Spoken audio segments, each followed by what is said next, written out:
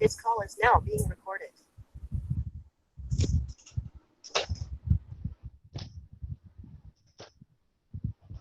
Good morning, students.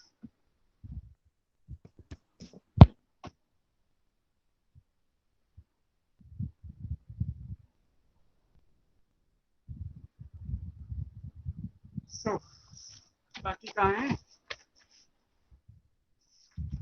पलक Tripathi.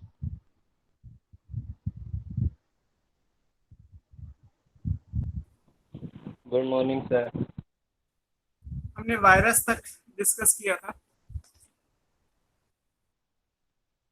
Virus living और non living organism के बीच में connecting link. Good morning answer.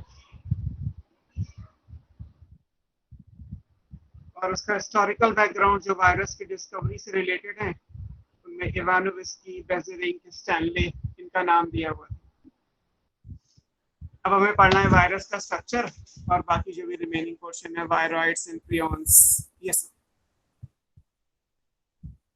NEET का पेपर आपने देखा ही होगा. बायोलॉजी का कुछ ज्यादा ही इजी था. पिछले साल से भी ज्यादा इजी था अगर देखा जाए. तो आप उसी से आइडिया लगा सकते हैं कि मैं एनसीईआरटी पढ़ना है और जहाँ भी थोड़ा बहुत एनसीईआरटी से है उसको भी देखना है.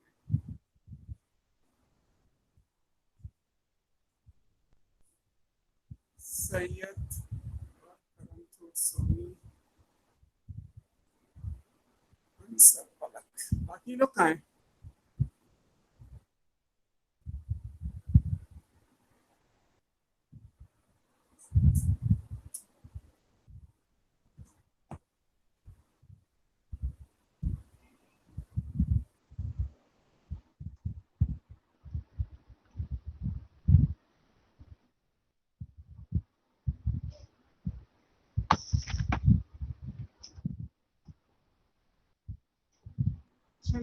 चलिए वायरस का स्ट्रक्चर पढ़ना है.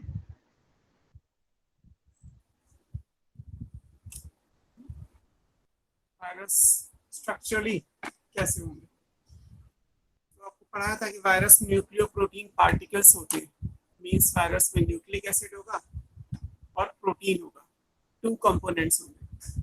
बट देयर आर फ्यू जिनमें न्यूक्लिक एसिड और प्रोटीन के अलावा एक थर्ड कंपोनेंट भी है. अगर हम एनसीईआरटी की बात करेंगे अभी हम यहाँ पे जो वायरस दे रखे हैं सिलेबस में वो टीएमवी का स्ट्रक्चर एनसीईआरटी में है. टोबैको मोज़ेक वायरस और एक बैक्टीरियोफेज का स्ट्रक्चर बना हुआ है. तो अगर आप उन दोनों को देखेंगे तो उनमें प्रोटीन का कोट है उसे हम कैप्सिड बोलते हैं और एक न्यूक्लिक एसिड है जो उसका जीनोम कहलाएगा वायरस का. लेकिन अगर एचआईवी का स्ट्रक्चर है 12th में आप पढ़ेंगे तो 12th वाले चैप्टर में जब आप पढ़ते हैं कि एचआईवी में एक एनवेलप भी होता है. प्रोटीन कोट से बाहर भी एक स्ट्रक्चर होगा उसे हम एनवेलप बोलते हैं और वो ग्लाइकोप्रोटीन का बना होता है. तो कुछ वायरस ऐसे होते हैं जिनके अंदर एनवेलप एक्स्ट्रा है. अदरवाइज इन जनरल वायरस में 2 स्ट्रक्चरल कंपोनेंट्स हैं. One is made up of nucleic acid that is the genome of virus, genetic material of virus, and another is protein coat जिसे हम कैप्सिड कहते हैं. तो structure की अगर हम बात करेंगे तो आउटर से बाहर से अंदर की तरफ अगर देखते हैं तो सबसे पहला जो पार्ट आएगा वो कहलाएगा एनवेलप.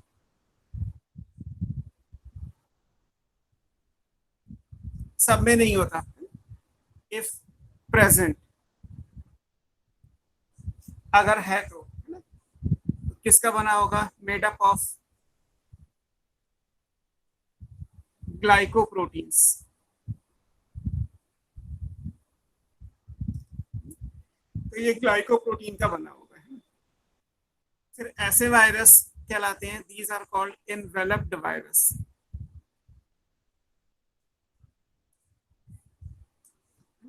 फॉर एग्जाम्पल जैसे एचआईवी का वायरस. एचआईवी का वायरस में एनवेलप प्रेजेंट होता है. अगर नहीं है तो फिर ऐसे वायरस नेकेड वायरस कहलाते हैं. नेकेड वायरस का मतलब है कि उनमें एनवेलप एब्सेंट है. उनमें एक आउटर कोटिंग जो ग्लाइकोप्रोटीन की होनी चाहिए वो नहीं है. इसकी जो यूनिट्स होंगी उनको हम पेप्लोमियर्स कहते हैं.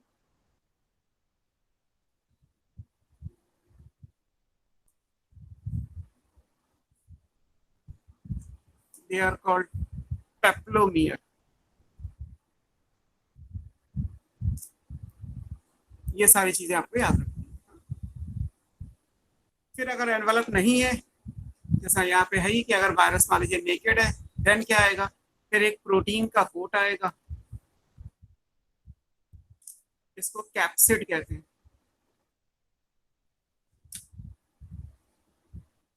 ये तो लिखा ही है कि मेड अप ऑफ प्रोटीन, है ना, क्योंकि प्रोटीन का कोट है तो प्रोटीन का ही बना होगा obvious.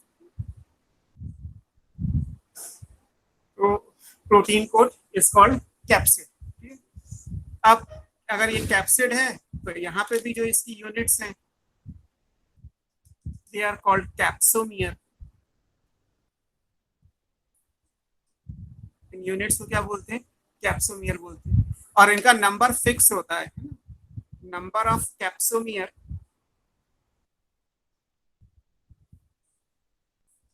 is specific for every virus। हर एक वायरस के लिए जो कैप्सोमियर का नंबर होगा वो फिक्स होगा, ना एक कम ना एक ज्यादा, इस लेवल तक चेंज आएंगे। तो आपको प्रोटीन कोड को कैप्सिड कहते हैं। Capsid is made up of identical units, उन्हें कैप्सोमियर कहेंगे। Their number is specific for virus. तो ये आपको प्रोटीन कोड में याद रखना। ये भी हो गया। थर्ड क्या आएगा वायरस के अंदर, वायरस का जेनेटिक मटेरियल आएगा।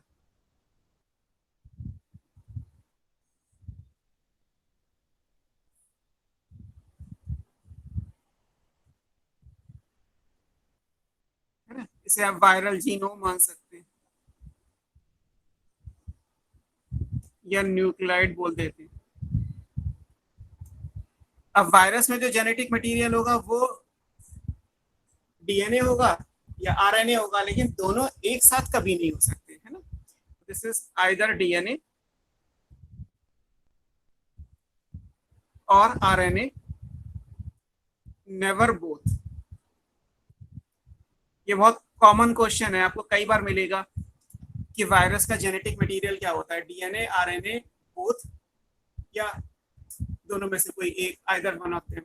तो एक ये पेट लाइन लिखी जाती है कि आइदर डीएनए और आरएनए, नेवर बोथ। अगर डीएनए है तो ऐसे वायरस कहलाते हैं डीऑक्सीराइबोवायरस। अगर आरएनए है तो ऐसे वायरस बन जाएंगे राइबोवायरस। इन्हीं को आप रेट्रोवायरस कहते हैं। तो डीऑक्सीराइबोवायरस means a virus having DNA as a genetic material. Ribovirus means a virus having RNA as a genetic material. अब अगर डीऑक्सीराइबोवायरस है तो यहाँ पे भी दो ऑप्शन आएंगे कि या तो डीएनए कैसा होता है, नॉर्मली डबल स्टैंडर्ड डीएनए होता है, डीएस डबल स्टैंडर्ड है, या फिर सिंगल स्टैंडर्ड रेयर केस में हो सकता है। तो डीएनए अगर वायरस में है तो डीएनए में भी कोई एक ही डीएनए होगा, या तो डबल स्टैंडर्ड डीएनए होगा या फिर सिंगल स्टैंडर्ड डीएनए होगा। डबल स्टैंडर्ड डीएनए और सिंगल स्टैंडर्ड डीएनए में आपको याद रखने हैं, यहाँ पे जो एग्जांपल है डबल स्टैंडर्ड डीएनए का, वो बैक्टीरियोफेज।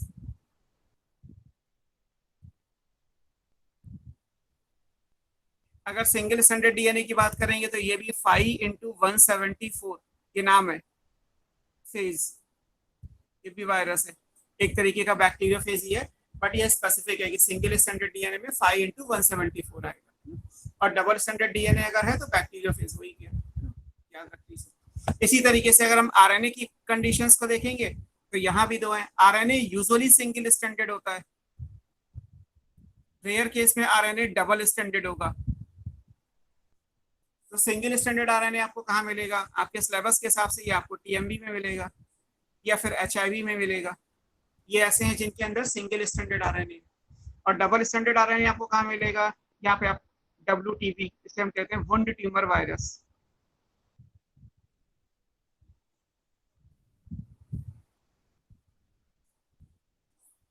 इसमें मिल जाएगा। तो ऐसे बहुत सारे क्वेश्चन होंगे जिसमें आपसे पूछा जाएगा कि किस वायरस के अंदर क्या है, और 4 ऑप्शन यही होते हैं।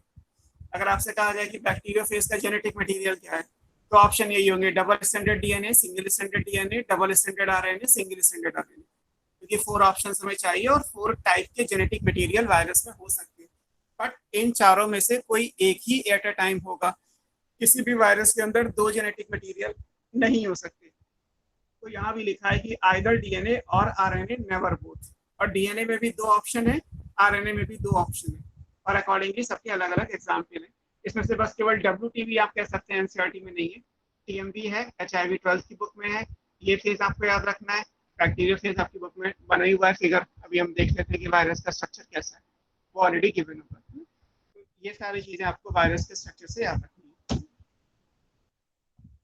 इसके बाद एक वायरस का स्ट्रक्चर आपकी बुक में जो बना हुआ है, जैसे एक बैक्टीरियो फेज का डायग्राम बना हुआ है और एक TMV का बना हुआ है। बैक्टीरियो फेज को हम टैडपोल लाइक स्ट्रक्चर बोलते हैं, और TMV को अगर आप देखेंगे तो वो ग्रेप्स के बंच के जैसा दिखाई देता है। मैं दोनों को रफली ड्रॉ कर देता हूँ तो आपको आइडिया लग जाएगा, एक बैक्टीरियो फेज का स्ट्रक्चर और एक TMV का स्ट्रक्चर। HIV का structure human health and disease वाले चैप्टर में आप पढ़ेंगे, है ना। तो 3 वायरस जो आपके ओवरऑल 11th-12th में है वो। इसके अलावा कोई वायरस का अगर नाम आएगा तो जब आएगा तो उसको वहीं पे याद कर लीजिएगा, है ना। फिलहाल हमें वायरस में इससे ज्यादा नहीं चाहिए। अब अगर हम एक ड्रॉ करते हैं स्ट्रक्चर, तो ये बैक्टीरियोफेज का है फॉर एग्जांपल, इस तरीके से आएगा।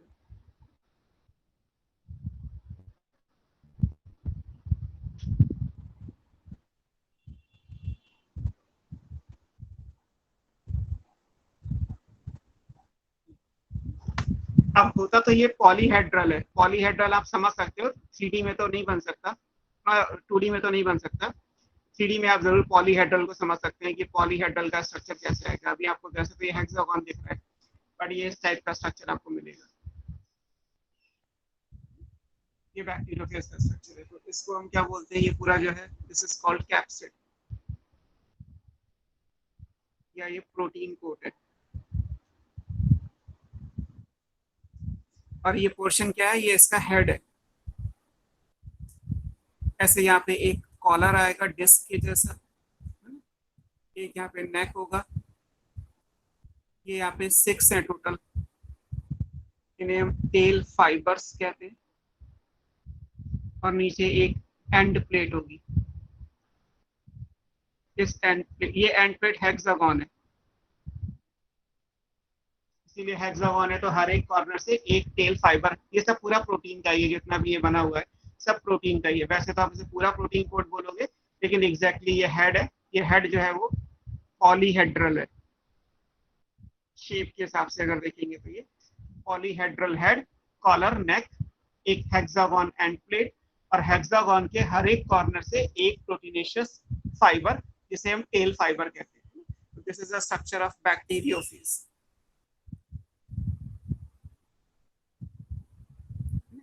ये टैडपोल लाइक स्ट्रक्चर कहलाता है।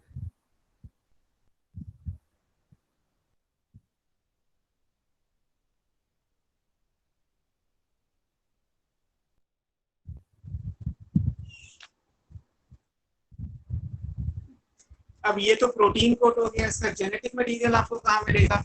इसका जेनेटिक मटेरियल आपको इसके अंदर मिलेगा। वैसे तो ये बाहर से देखोगे तो ये पॉलीहेड्रल हेड दिखाई दे रहा है, बट अगर हम इसको कट करके देखेंगे तो अंदर आपको सेंटर में ये मिलेगा,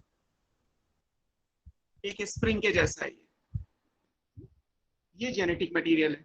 दिस इज, और जेनेटिक मटेरियल बैक्टीरिया फेज में क्या होता है, अभी आपने लिखा this is double stranded DNA, और ये हेलिकल है। कहाँ प्रेजेंट होगा? कोर। जैसे ये पेरिफेरल रीजन है, तो ये हो गया हमारा हेड या प्रोटीन कोट। इसके सेंटर में आपको एक डबल स्ट्रैंडेड मिलेगा, एक ही होगा। मतलब जैसे हमारी बॉडी में क्रोमोसोम्स होते हैं, तो हर क्रोमोसोम के अंदर डीएनए के 2 थ्रेड होते हैं। डबल स्ट्रैंडेड डीएनए भी 2 होंगे, लेकिन यहाँ पे 1 copy of double stranded DNA. और फिलहाल ये हेलिक्स के जैसा है, तो हेलिकल है, ये याद रखना है। और डबल स्ट्रैंडेड डीएनए है, वो पीछे लिखा हुआ है कि वायरस में बैक्टीरियोफेज का जो जेनेटिक मटेरियल है वो डबल स्ट्रैंडेड डीएनए होता है। प्रोटीन कोड को कैप्सिड कहते हैं। बाकी जो स्ट्रक्चरल फीचर्स हैं वो आपकी बुक में दिए हुए हैं। इसी तरीके से मान लीजिए अगर हम बनाते हैं एक टीएमवी का स्ट्रक्चर, तो ऐसे ही आपको टीएमवी के अंदर भी एक स्प्रिंग के जैसा आपको मिलेगा।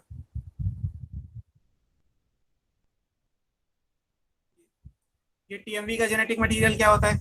टीएमवी में आपने लिखा हुआ है कि आरएनए वाला वायरस है।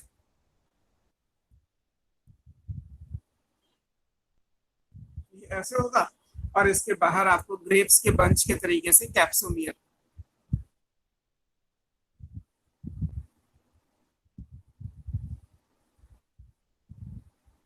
Like this.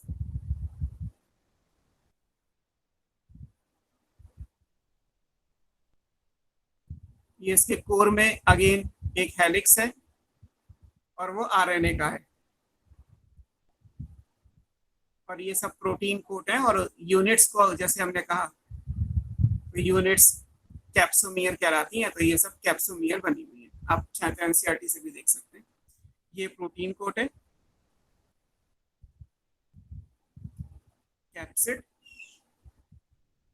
ये जितने ग्रेप्स के जैसे हैं ये सब कैप्सोमियर हो गए, है ना। अंदर आपको जो मिलेगा दिस इज कोर हैविंग। अब यहाँ पे टीएमवी के अंदर जेनेटिक मटेरियल क्या है, टीएमवी में आपने पढ़ा है कि आरएनए का वायरस है, तो यहाँ पे आपको जो मिलेगा वो सिंगल स्ट्रैंडेड आरएनए। और ये आरएनए भी कैसा है, हेलिकल है, हेलिक्स के जैसा है। ये टीएमवी का स्ट्रक्चर है, टोबैको मोज़ेक वायरस। आपने पढ़ा ही था कि टीएमवी वो वायरस था जहां से सारी डिस्कवरी हुई थी। पहला वायरस जो क्रिस्टलाइज हुआ बाई स्टैनले, वो भी टीएमवी था, जिस वायरस को रिपोर्ट किया था, है ना, कभी पॉस्चर ने, फिर इवानोविस्की ने उसको वायरॉन के हिसाब से डिस्कवरी का क्रेडिट दिया गया, फिर बेसेलिक ने कंटेजियम विविडम फ्लूइडम वाला कॉन्सेप्ट दिया। सारी डिस्कवरी जो है वो टीएमवी पे ही होती है, जो टीएमवी के बारे में ही दिया हुआ है। अब अगर आप यहाँ पे देखेंगे, एक बार एक क्वेश्चन आया हुआ है, एम्स का क्वेश्चन था हालांकि, तो उसमें ये एक स्टेटमेंट था कि सारे वायरस के अंदर जो जेनेटिक मटेरियल है वो हेलिकल सिमेट्री को शो करता है। तो वो स्टेटमेंट गलत है। हम कंफ्यूज कहाँ होते हैं कि जितने वायरस एक्चुअली एनसीईआरटी में दिए हैं या आपके सिलेबस में, बाई चांस फैक्टर ऐसा है कि उन सारे वायरस के अंदर हेलिकल सिमेट्री है। जैसे बैक्टीरियोफेज बना हुआ है तो उसमें डीएनए है लेकिन हेलिक्स की फॉर्म में है। टीएमवी बना हुआ है, इसमें आरएनए है लेकिन हेलिक्स की फॉर्म में है। और एचआईवी का फिगर 12th वाली बुक में बनाया है, उसमें भी जो आरएनए है वो हेलिक्स की फॉर्म में। तो इट्स ए चांस फैक्टर कि जो एनसीईआरटी ने वायरस बनाए हैं वो सारे हेलिकल जेनेटिक मटेरियल के हैं। लेकिन ऐसा नहीं होता कि सारे वायरस के अंदर हेलिकल सिमेट्री जेनेटिक मटेरियल की होती हो, तो इसलिए स्टेटमेंट रॉन्ग है ना। 3 बना दिया, इसका मतलब ये नहीं कि सारे वायरस हेलिकल सिमेट्री को शो करेंगे। तो वो चीज भी आपको ध्यान में रखनी है कि जिसमें बना है बस वो है, जिनमें नहीं बना उनका हम नहीं कह सकते कि उनमें हेलिक्स होगी या नहीं होगी।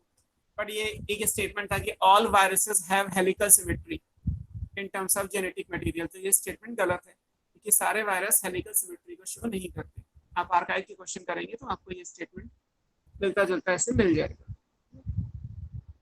तो ये आपको याद रखने। एक जर्नलाइजेशन है, कभी किसी क्वेश्चन में आपको मिल जाए कि जो प्लांट वायरस हैं वो mostly having RNA as genetic material।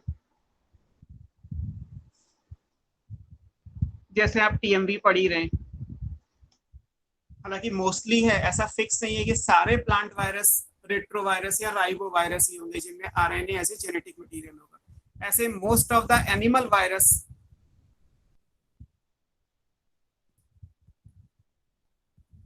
Have DNA as genetic material। So, yes, तो आरएनए तो खुद ही मतलब सिंगल स्टैंडर्ड होता है, तो फिर एसएस आने की जरूरत क्या है लिखने की? डाउट RNA हमेशा खुद ही से था सिंगल वो। स्टैंडर्ड होता है। Yes sir. हाँ, लेकिन आरएनए वायरस में तो डबल स्टैंडर्ड हो सकता है ना, इसलिए लिखने की जरूरत है। अभी लिखा था ना आपने एग्जाम्पल, WTV लिखा था। आरएनए मोस्टली सिंगल स्टैंडर्ड होता है, बट वायरस के अंदर आरएनए डबल स्टैंडर्ड भी होता है, और एग्जाम्पल भी दिया हुआ है। ऐसे डीएनए मोस्टली डबल स्टैंडर्ड होता है, लेकिन इस वायरस के अंदर डीएनए सिंगल स्टैंडर्ड है। अगर आप लैम्डा फेज की बात करेंगे, लैम्डा बैक्टीरियोफेज है या T2 बैक्टीरियोफेज है, तो वो सारे बैक्टीरियोफेज ऐसे वाले हैं। लेकिन अगर 5x174 बैक्टीरियोफेज है तो ये डबल स्टैंडर्ड नहीं होता, ये कैसा है, सिंगल स्टैंडर्ड। क्योंकि यहाँ पे सारी पॉसिबिलिटी एग्जिस्ट करती हैं, इसलिए आपको मेंशन करना पड़ेगा कि ये डबल स्टैंडर्ड है या सिंगल स्टैंडर्ड है। इसी तरीके से आरएनए के लिए है कि आरएनए होता सिंगल स्ट्रैंडेड है, वो आपकी जगह आपका स्टेटमेंट ठीक है, but in most of the case में वायरस के अंदर आरएनए डबल स्ट्रैंडेड भी होता है। ऐसे ही डीएनए डबल स्ट्रैंडेड होता है। अगर आर्कीबैक्टीरिया से लेके होमो सैपियंस तक कहीं भी देखोगे तो DNA as a genetic material अगर है तो डबल स्ट्रैंडेड डीएनए ही है। लेकिन वायरस एक ऐसे एग्जाम्पल है जहाँ पे सिंगल स्ट्रैंडेड डीएनए भी होता है, और उसका एग्जाम्पल 5x174 दिया हुआ है। ये वायरस के स्ट्रक्चर के लिए चीजें हो गई। अब इसके बाद सर नीचे वाला पार्ट स्क्रीनशॉट नहीं लिया है। बाकी आप एक बार एनसीईआरटी से भी रीड करिएगा। इस बार पेपर आपने देखा ही होगा, मैंने भी बोला भी था। प्रॉपर एनसीईआरटी ये लाइंस बाय लाइंस है, और आपको आज नहीं तो कल यूट्यूब पे कैल्विन की साइट पे एक वीडियो भी अपलोड हो जाएगा जिसमें मैं आपको नीट का सोल्यूशन देता हुआ दिख जाऊंगा। तो उसमें अगर आप देखोगे तो हर एक क्वेश्चन के साथ ये भी मेंशन होगा कि वो एनसीईआरटी के किस पेज पे लाइन दी हुई है। जितने भी क्वेश्चन है सबका रेफरेंस एनसीईआरटी में है। केवल 2 क्वेश्चन ऐसे हैं बॉटनी के लिए जो आज एनसीईआरटी से नहीं थे, बाकी बॉटनी के जितने भी क्वेश्चन थे सब एनसीईआरटी से थे। मतलब अगर हम पूरा देखें तो 90 में से हार्डली 4 या 5 क्वेश्चन ऐसे आएंगे जो एनसीईआरटी से नहीं आए। बाकी जूलॉजी बॉटनी पूरी बायो को मिला के सारे क्वेश्चन एनसीईआरटी से ही थे। उसमें से वही होता है कि 50% तो बिल्कुल एनसीईआरटी सीधे सीधे लिखा है, सीधे सीधे पूछ लिया, और कुछ क्वेश्चंस आपको सोचना पड़ेगा। तो है वो भी एनसीईआरटी में, बट आपको सोचना पड़ेगा कि इसका आंसर कैसे करूँ। एनसीईआरटी को पढ़ना इसलिए जरूरी है कि एनसीईआरटी में जो भी चीजें दी हुई है वहीं से क्वेश्चंस आते हैं, और इसके बाद भी लोगों ने बायो के क्वेश्चंस पूरे नहीं किए तो फिर मेरे पॉइंट ऑफ व्यू से तो वो सही से नहीं पढ़ाई होती। क्योंकि अगर हर चीज एक पतली सी किताब से आनी है और आप उस किताब को नहीं याद कर सकते तो फिर आप नीट कैसे क्वालिफाई करोगे। अगर एक्स्ट्रा आनी होती तो फिर समझ में आता। एक्स्ट्रा सब लोग नहीं पढ़ते, बट एनसीईआरटी तो सबसे पहले पढ़ते। ठीक है, ये वायरस के बारे में हो गया। इसके बाद वायरस में आपको एक लाइन मिल जाएगी कि वायरस हमारी बॉडी के अंदर डिजीज कॉज करते हैं। प्लांट डिजीजेस, एनिमल डिजीजेस ये मेंशन होंगी, है ना। आप एनसीईआरटी में पढ़ेंगे तो आपको मिल जाएगा। प्लांट्स में भी वायरस डिजीज कॉज करते हैं, और एनिमल्स में, एनिमल में जो वायरल डिजीज है वो तो बहुत सारी कॉमन है, जैसे फ्लू हो गया, इन्फ्लुएंजा हो गया, ये सारी वायरल डिजीज में ही आती है ना। एड्स हो गया, वायरल डिजीज है। ठीक है, तो आपको ये याद रखना है कि वायरस पैरासाइट है। हमने पिछली क्लास में लिखा था वायरस इंट्रासेलुलर ऑब्लिगेट पैरासाइट्स, और अगर वो पैरासाइट्स है तो डेफिनेटली होस्ट की बॉडी से न्यूट्रिशन लेंगे, होस्ट की बॉडी में डिजीज कॉज करेंगे। So all viruses are pathogenic, वो डिजीज कॉज ही करते हैं। मैं डिजीज के नाम नहीं लिख रहा, वो आपको एनसीईआरटी से लिखना है। इसके बाद एक लास्ट पोर्शन छोटा सा बचा हुआ है। अगर वायरस से छोटे स्ट्रक्चर्स बनाए जाएं तो एक उसका भी ऑप्शन है।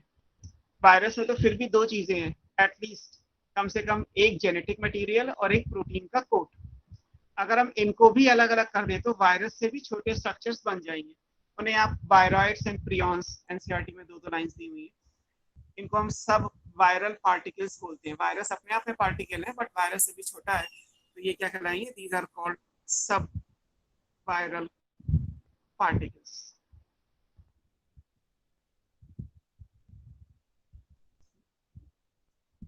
अब इस सब वायरल पार्टिकल में जो सबसे पहला दिया हुआ है वो है वायरॉइड।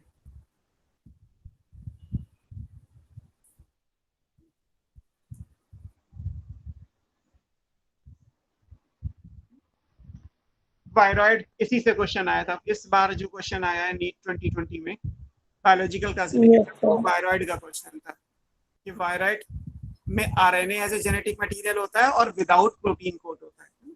स्टेटमेंट ये था कि आरएनए विदाउट प्रोटीन कोड, तो फ्री आरएनए हो जाएगा। अगर विदाउट प्रोटीन कोड है तो सिर्फ एक आरएनए का स्ट्रैंड ही तो रह गया, और वो फ्री हो गया कि कोई बाउंड्री या कोई कवरिंग तो है ही नहीं। सो वायरॉइड्स क्या होते हैं? These are called naked. हम अपनी लैंग्वेज में लिखते हैं तो ये नेकेड है, सब डिजीज कॉज करते हैं, इन्फेक्शियस है, और किसके हैं? आरएनए के हैं, डीएनए नहीं होता, पार्टिकल है। तो अगर आप वायरॉइड को डिफाइन करोगे तो क्या होंगे? Naked infectious RNA particles. मतलब केवल एक आरएनए का स्ट्रैंड होगा जो डिजीज कॉज करने की कैपेबिलिटी रखता होगा, इसमें प्रोटीन कोड नहीं है ना, विदाउट प्रोटीन कोड। इस बार जो क्वेश्चन था उसमें जो स्टेटमेंट है वो ये, विदाउट प्रोटीन कोड। बिना प्रोटीन का कोई अगर आरएनए का पार्टिकल है तो वो क्या कहलाएगा, वायरॉइड कहलाएगा। सारे इन्फेक्शियस है तो इन्फेक्शन कॉज करेंगे, डिजीज कॉज करेंगे, केवल प्लांट्स में रिपोर्ट किए गए हैं ना, they cause diseases in plants only. जैसे एग्जांपल दिया है PSTD,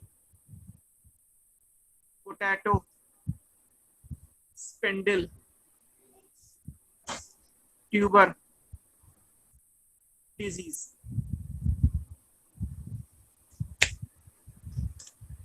potato spindle tuber disease है ना, पीएसटीडी कहलाता है।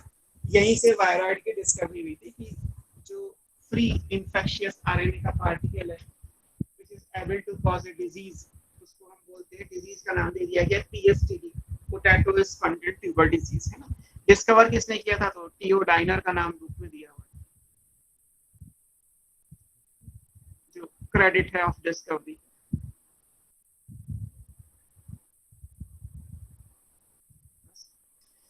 इतना ही है बस, एनसीईआरटी में इतना ही दिया है, बस यही लाइंस लिखी है जो भी। टियोडाइनर का नाम लिखा हुआ है, पीएसटीडी का नाम लिखा हुआ है, फ्री आरएनए के पार्टिकल्स हैं, लिखा है RNA of low molecular wait, आप ये लिख सकते हैं, कभी ये भी क्वेश्चन मिल जाएगा।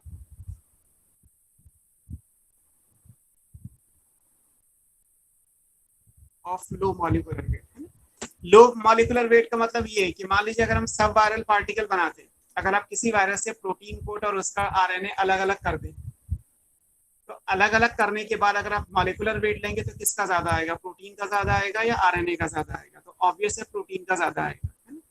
अगर आप प्रोटीन की केमिस्ट्री के हिसाब से पढ़े तो प्रोटीन अमाइनो एसिड का पॉलीमर है, आरएनए राइबो न्यूक्लियोटाइड का पॉलीमर है, और अगर दोनों कंपोनेंट को अलग करके उनका मॉलिक्यूलर वेट CHONS के हिसाब से निकाला जाए या P के हिसाब से निकाला जाए तो आरएनए का मॉलिक्यूलर वेट कम आता है और प्रोटीन का ज्यादा आता है। तो एनसीईआरटी ने लिखा है कि नेकेड है, इन्फेक्शियस है, आरएनए पार्टिकल्स हैं of low molecular weight causing disease in plants only, example PSTD, potato spindle tuber disease, और टियोडाइनर का नाम ब्रैकेट में लिखा हुआ है।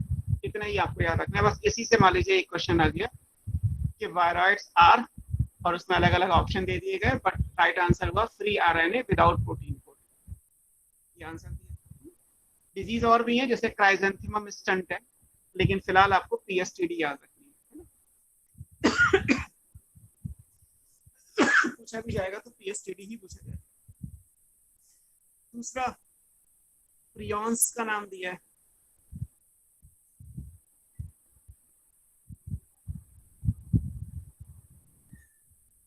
प्रूजनर इनका नाम है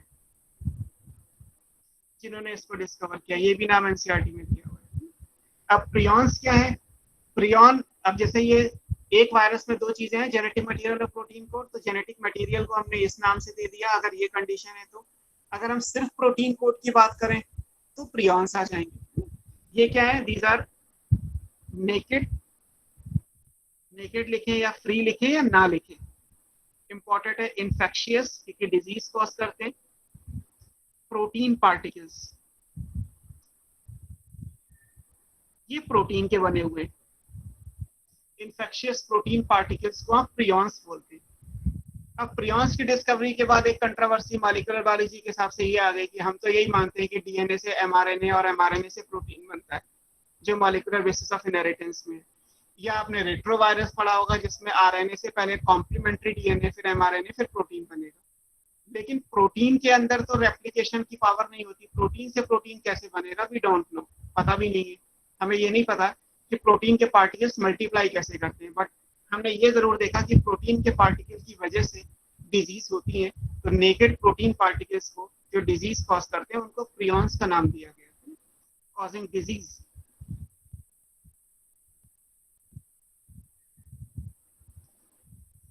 इन प्लांट्स,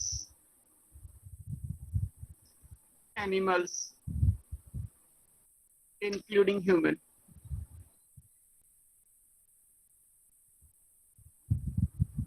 सब में डिजीज कॉज करते हैं। फॉर एग्जाम्पल जब आप डिजीज पढ़ेंगे तो जैसे एक कुरू डिजीज है, KURU,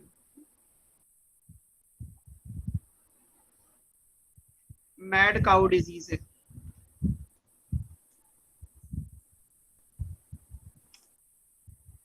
ये आपको एग्जाम्पल में याद रखना, ये वो डिजीज है जो प्रियॉन्स की वजह से होती है ना, प्रियॉन्स प्रोटीन के पार्टिकल्स हैं जो फ्री। तो ये दो चीजें एनसीईआरटी में दी है, वायरॉइड एंड प्रियॉन्स। एक तीसरा नाम आपको मिल जाएगा ऑप्शन में, हालांकि एनसीईआरटी में नहीं दिया हुआ है। इन्हें हम, ये वायरॉइड है तो अभी जो है वो वायरोसॉइड कहलाता है, ये एनसीईआरटी में नहीं है। क्लियर? बस एक लाइन है तो आप उस लाइन को जरूर याद रख सकते हो कि वायरोसॉइड अगर पूछा जाए तो क्या है। वायरॉइड पता है हमें, प्रियॉन्स पता है, वायरस पता है, वायरोसॉइड्स क्या होते हैं। तो वायरोसॉइड्स क्या है कि अगर एक बड़े वायरस के अंदर कोई छोटा वायरस है तो छोटे वाले को क्या बोलते हैं, वायरोसॉइड।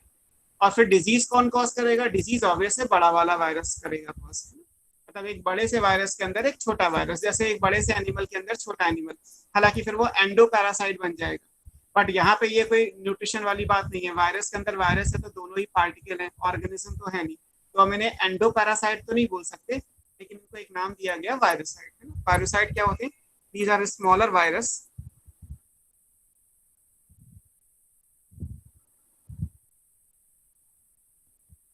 present inside the body of larger virus।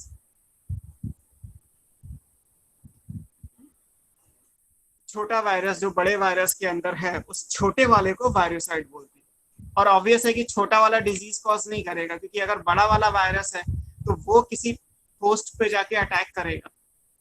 छोटा वाला वायरस का तो होस्ट है नहीं, वायरस होस्ट स्पेसिफिक होते हैं। तो इसका मतलब ये है कि smaller virus present inside the body of larger virus इस कैटेगरी में है। जस्ट अ मिनट बेटा, लाइट का कुछ इश्यू हो रहा है।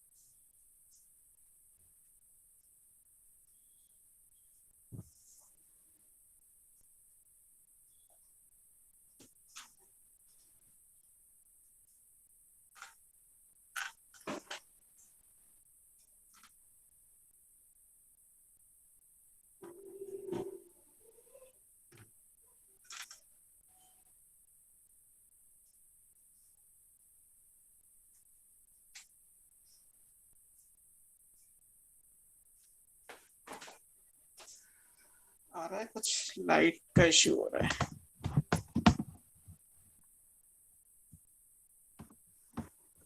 दिख रही है आप लोगों को स्क्रीन? Yes sir. ठीक है। Yes. थोड़ा सा डल हो So- सकता है वीडियो, क्योंकि अब इन्वर्टर पे है, देखता हूँ कैसे क्या मैनेज होगा। ठीक। सो वायरोसाइड्स में आपको बता रहा था, कहीं किसी ऑप्शन में वायरस, वायरॉइड, वायरोसाइड ये सब अगर लग है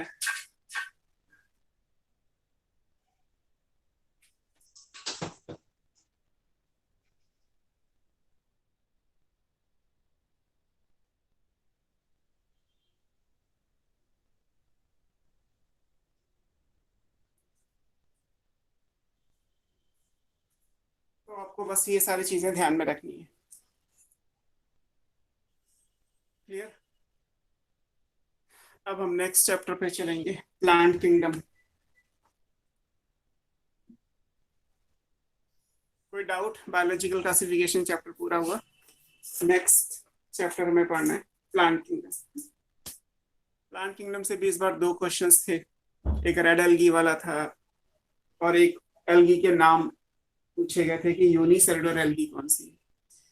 2 क्वेश्चंस आ गए तो बहुत नहीं, 2 नहीं बल्कि एक इक्विसेटम वाला भी क्वेश्चन था। 3 क्वेश्चंस प्लांट किंगडम चैप्टर से थे। So next is plant kingdom.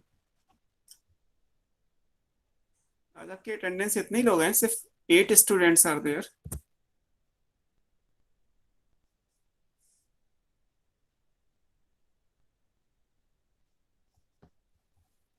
Third chapter is plant kingdom.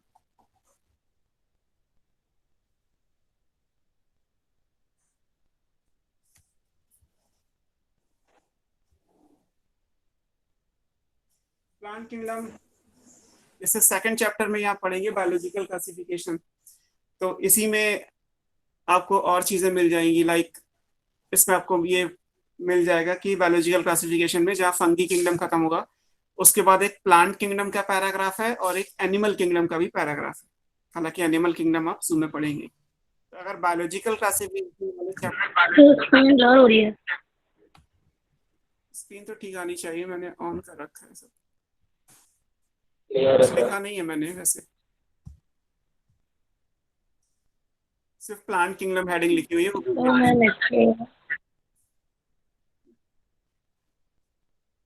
So,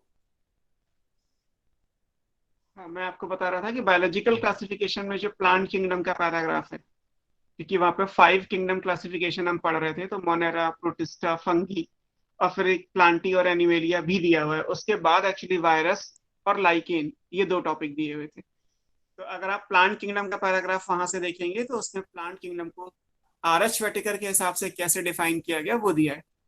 plant kingdom का मतलब हुआ कि वो मल्टी सेलुलर होंगे, यूकैरियोटिक होंगे, है ना। और उसके अलावा फिर उसमें जैसे जैसे आगे जाएंगे तो अलग अलग लेवल ऑफ बॉडी ऑर्गेनाइजेशन आते जाएंगे। प्लांट्स जनरली ऑटोट्रॉफिक होते हैं, तो उनका मोड ऑफ न्यूट्रिशन ऑटोट्रॉफिक हो जाएगा। हालांकि कुछ प्लांट हम ऐसे भी पढ़ते हैं जो पैरासिटिक होते हैं या सेप्टोट्रॉफिक होते हैं। प्लांट्स में न्यूट्रिशन ऑटोट्रॉफिक है तो उसके लिए ऑब्वियस है कि उनमें क्लोरोफिल प्रेजेंट होगा, फोटोसिंथेसिस से वो फूड की प्रिपरेशन कर पाएंगे। प्लांट किंगडम का कैरेक्टरिस्टिक फीचर दिया हुआ है कि उनमें ऑल्टरनेशन ऑफ जनरेशन होता है। 2 जनरेशन एक दूसरे को ऑल्टरनेट करती हैं। तो ऑल्टरनेशन ऑफ जनरेशन का मतलब हुआ first generation is gametophyte and second generation for example is sporophyte.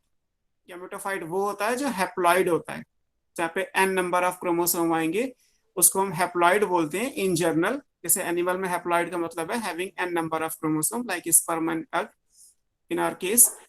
और बाकी हमारी बॉडी की जितनी भी सेल्स हैं वो डिप्लॉइड है। तो प्लांट के अंदर हैप्लॉइड और डिप्लॉइड को एक और टर्म दिया गया है कि जिसमें n नंबर ऑफ क्रोमोसोम यानी कि हैप्लॉइड स्ट्रक्चर होगा वो गैमेटोफाइट कहलाएगा। फाइट प्लांट के लिए यूज किया जाएगा एंड गैमीट्स यूजुअली हैप्लॉइड होते हैं, तो उससे ये वर्ड बना गैमेटोफाइट। इसी तरीके से जिनमें 2n नंबर ऑफ क्रोमोसोम होगा वो स्पोरोफाइट कहलाते हैं। जैसे root stem leaf higher plant के लिए होती है तो स्पोरोफिटिक होती है। तो गैमेटोफाइट और स्पोरोफाइट आप उनको पैरेलल में समझ सकते हैं, हैप्लॉइड एंड डिप्लॉइड। तो ये दोनों जनरेशन एक दूसरे के बाद आती हैं। ये प्लांट किंगडम का कैरेक्टरिस्टिक फीचर है। अगर सेक्सुअल रिप्रोडक्शन होगा तो ऑल्टरनेशन ऑफ जनरेशन प्रेजेंट होगा। ये बातें उसमें दी गई हैं। तो प्लांट किंगडम की जो डेफिनेशन है वो चाहे तो आप बायोलॉजिकल क्लासिफिकेशन वाले पैराग्राफ से पढ़ सकते हैं, ठीक है, वो एडिशनल है। उसके बाद आप थर्ड चैप्टर जब प्लांट किंगडम पढ़ेंगे तो इसमें आएगा सबसे पहला topic and that topic is system of classification. जैसे हमने आर.एच. वेटेकर के टाइम पे पढ़ा कि आर.एच. वेटेकर ने जो क्लासिफिकेशन दिया वो किंगडम ऑफ क्लासिफिकेशन था। 5 किंगडम क्लासिफिकेशन देखा था, प्रोटिस्टा, मोनेरा, प्लांटी, एनिमेलिया और लास्ट में फंगी किंगडम बनाया। तो 5 किंगडम क्लासिफिकेशन हुआ। तो प्लांट किंगडम के अंदर क्या चीजें आएंगी, सबसे पहले जो टॉपिक आएगा वो है सिस्टम ऑफ क्लासिफिकेशन। अगर हम एक किंगडम को फर्दर डिवाइड करें into division, class, order, family, genus, species, तो ये जो पैटर्न है इसको हम बोलते हैं सिस्टम ऑफ क्लासिफिकेशन। किंगडम बनाना अलग काम है बीइंग ए टैक्सोनॉमिस्ट, और किसी किंगडम के अंदर क्लासिफिकेशन करके डिवीजन, फाइलम, ऑर्डर, क्लास, ये सारे लेवल बनाना ये अलग वर्क है। तो एक टॉपिक दिया हुआ है that is system of classification.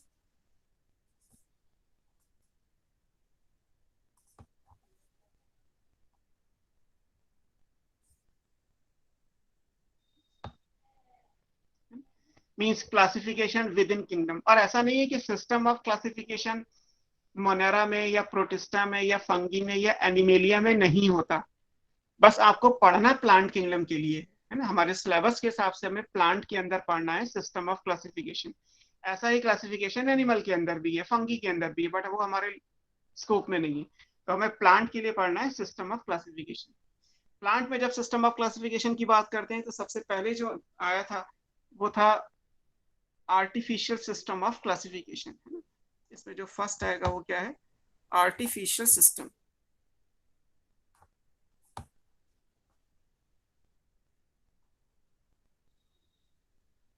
Artificial system का मतलब है which is based on one और फ्यू, या तो कोई एक करेक्टर को लेके क्लासिफिकेशन कर लीजिए पूरे प्लांट्स का।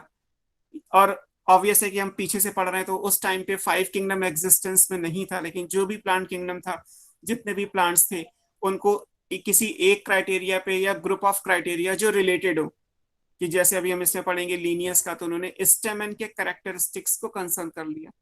स्टेमन के अंदर बहुत सारे कैरेक्टर्स मॉर्फोलॉजी वाले चैप्टर में आप पढ़ते हैं, तो वो सारे कैरेक्टर्स को लेके क्लासिफिकेशन कर दिया, तो वो भी इसी कैटेगरी में है। तो आर्टिफिशियल का मतलब है which is based on one और फ्यू सुपरफिशियल कैरेक्टरिस्टिक्स।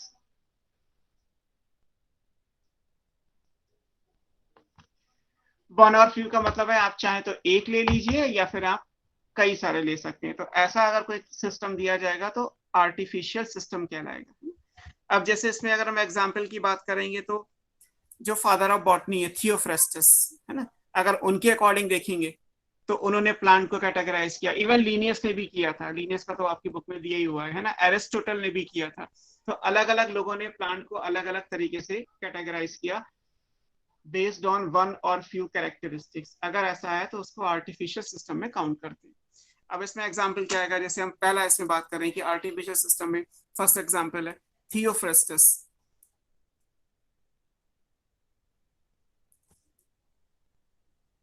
क्लासिफिकेशन है, थियोफ्रेस्टस का क्लासिफिकेशन किस चीज पे है, based on plant height.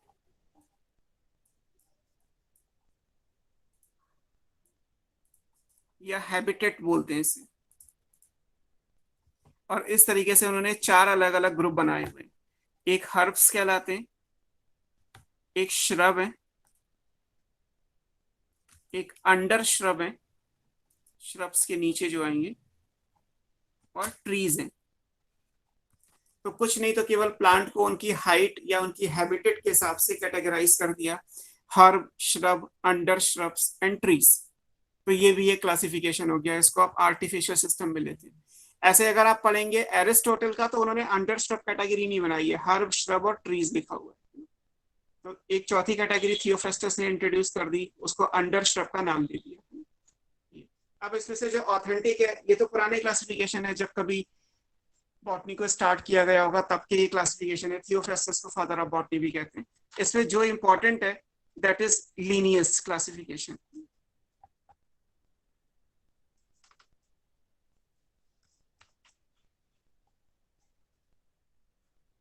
Linnaeus का क्लासिफिकेशन किस पे, this is based on stem and characteristics.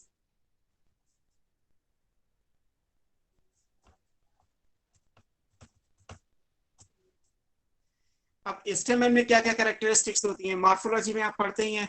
स्टेमन पहली बात तो प्रेजेंट हो, क्योंकि एल्गी, ब्रायो, टेरिडो, इनमें स्टेमन या माइक्रोस्पोरोफिल नहीं होता। जिम्नोस्पर्म और एंजियोस्पर्म में माइक्रोस्पोरोफिल, पैरेलल टू दैट एंजियोमियम बर्ड स्टेमन यूज करते हैं। तो माइक्रोस्पोरोफिल या स्टेमन जिम्नो और एंजियो में होता है। तो कुछ ऐसे हैं जिनमें तो होते ही नहीं, तो एल्गी, ब्रायो, टेरिडो, इन तीनों को एक ग्रुप में डाल दिया।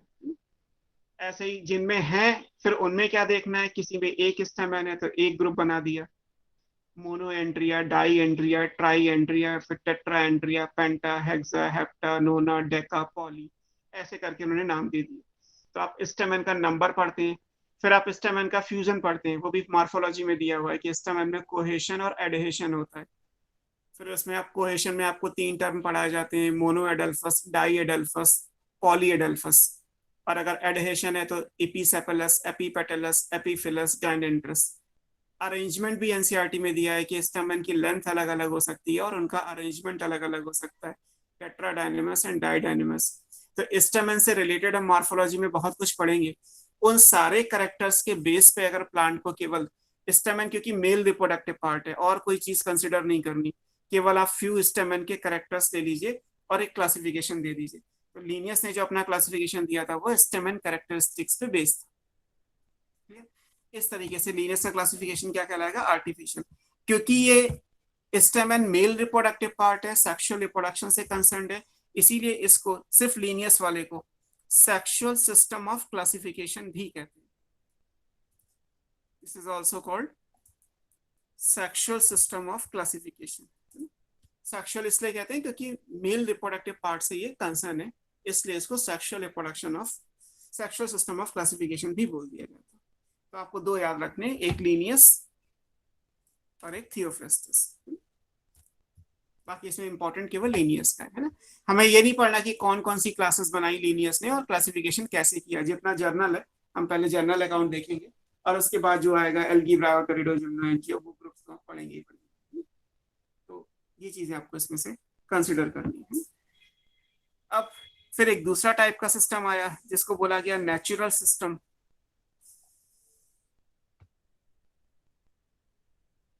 Of classification. अब नेचुरल सिस्टम ऑफ क्लासिफिकेशन क्या है, नेचर में जितनी भी चीजें दिखाई देती हैं, जैसे अब मान लीजिए आप यहीं पे देखें, केवल ये वाला कंसिडर कर लें लीनियस का। अगर आपको पहले से याद है तो सोलेनेसी फैमिली के अंदर नंबर ऑफ स्टेमन अगर आप देखोगे तो कितना है, 5।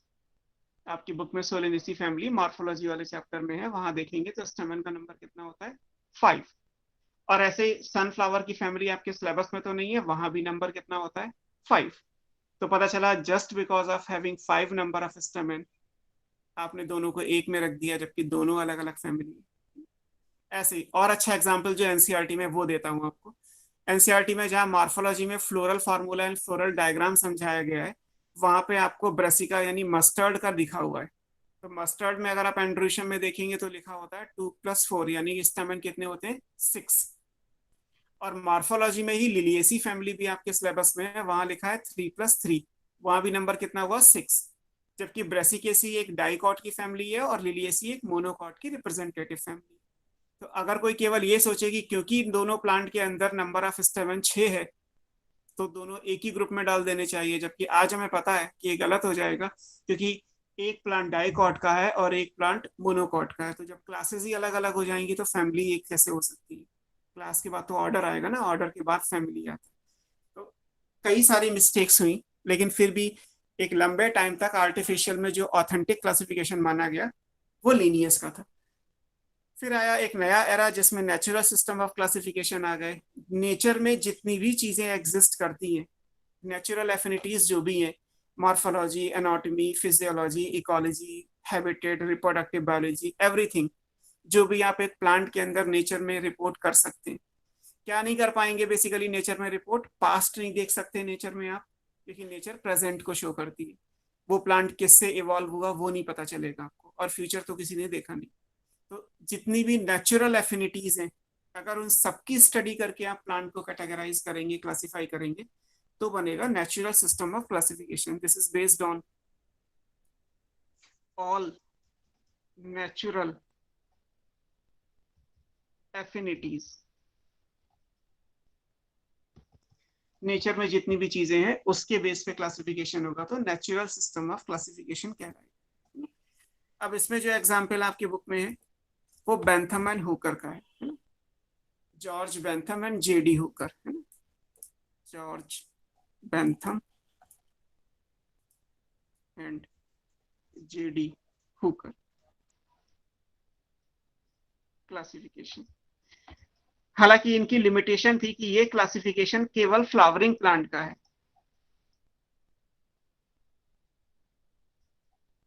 मतलब नॉन फ्लावरिंग प्लांट कौन से होते हैं? एल्गी, ब्रायो, टेरिडो, इनमें फ्लावर नहीं बनता। जिम्नो और एंजियो में फ्लावर बनता है। तो केवल फ्लावरिंग प्लांट यानी केवल जिम्नो और एंजियो के लिए बेंथम एंड हुकर ने अपना क्लासिफिकेशन दिया।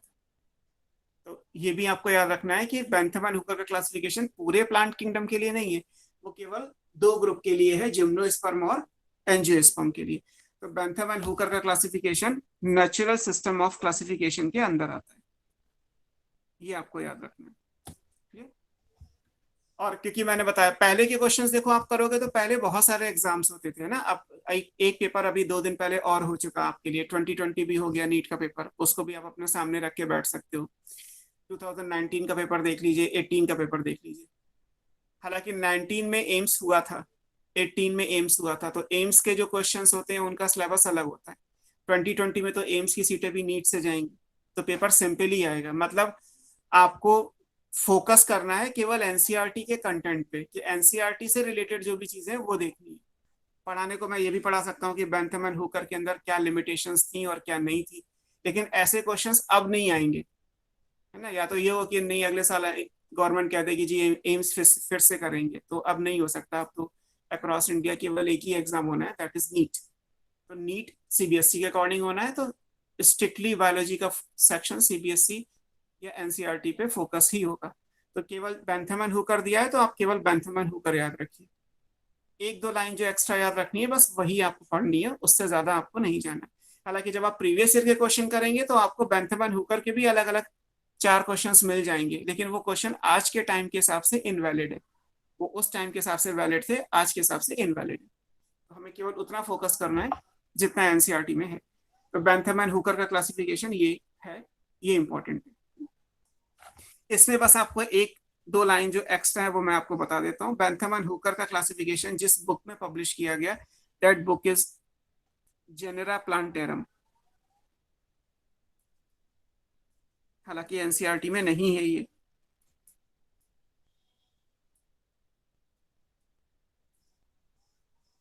इनकी बुक है। इस बुक के अंदर ये क्लासिफिकेशन पूरा जो है वो प्रिंट किया गया है।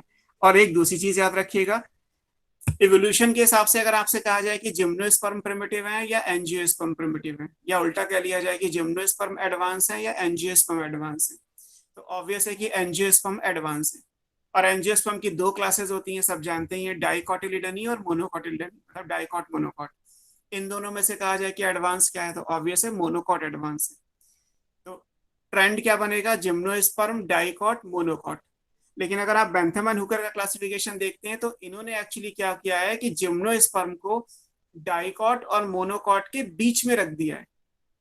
हालांकि ये गलती है, लेकिन ये लाइन इंपॉर्टेंट है कि फाइलोजेनी के हिसाब से क्या हो गया, डाइकॉट प्रिमिटिव हो गए।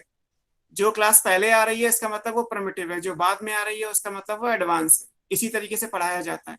आप जब पढ़ते हैं तो algae, bryo, pterido, gymno, angio ऐसे ही पढ़ते हैं। कभी इसको उल्टा आगे पीछे करके पढ़ते हैं? नहीं पढ़ते। क्यों नहीं पढ़ते? क्योंकि एल्गी प्रिमिटिव प्लांट है और एंजियोस्पर्म एडवांस प्लांट है। एनजीओ में आपसे कहा जाए कि 2 क्लासेस कौन सी होती हैं, तो मेरे हिसाब से मोस्ट ऑफ द स्टूडेंट का आंसर होता है सर डाइकॉट एंड मोनोकॉट। कभी उल्टा बोलते हैं क्या कि मोनोकॉट एंड डाइकॉट? नहीं बोलते, बिकॉज ऐसे बोलने में दिक्कत नहीं है, क्लासेस तो तब भी 2 ही रहेंगी, लेकिन मोनोकॉट पहले बोल रहे हैं तो एवोल्यूशन के हिसाब से मोनोकॉट प्रिमिटिव हो जाएगी, जो गलत है। डाइकॉट प्रिमिटिव है, मोनोकॉट एडवांस होते हैं। तो यहाँ पे एक ड्रॉबैक है। इसकी ड्रॉबैक ये है कि जिम्नोस्पर्म को इन्होंने डाइकॉट मोनोकॉट के बीच में रख दिया।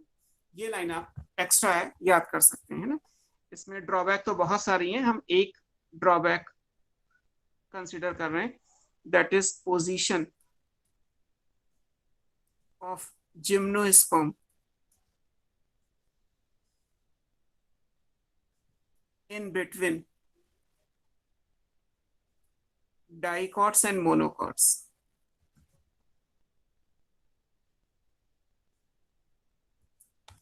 तो ये चीज याद रखिएगा कि जिम्नोस्पर्म की पोजीशन डाइकॉट मोनोकॉट के बीच में आ गई, और ये क्लासिफिकेशन के पॉइंट ऑफ व्यू से गलत हो गई।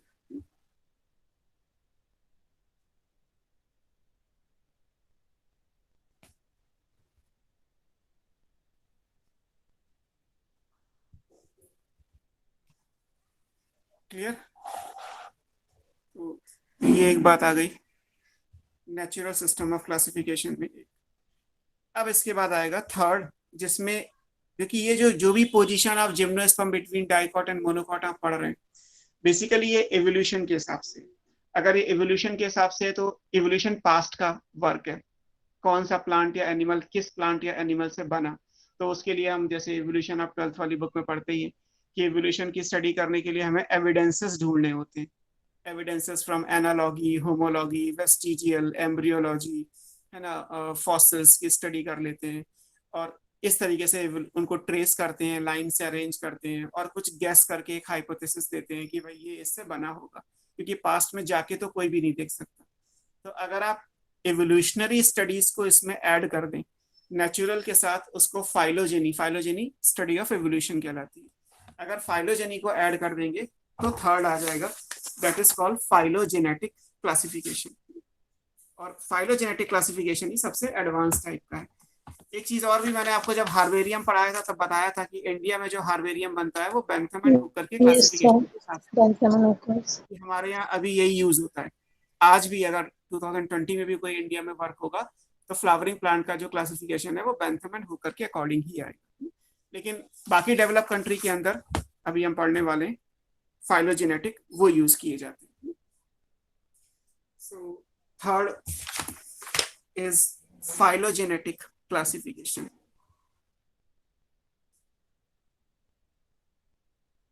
Phylogenetic system of classification. Phylogenetic, phylogeny evolution है।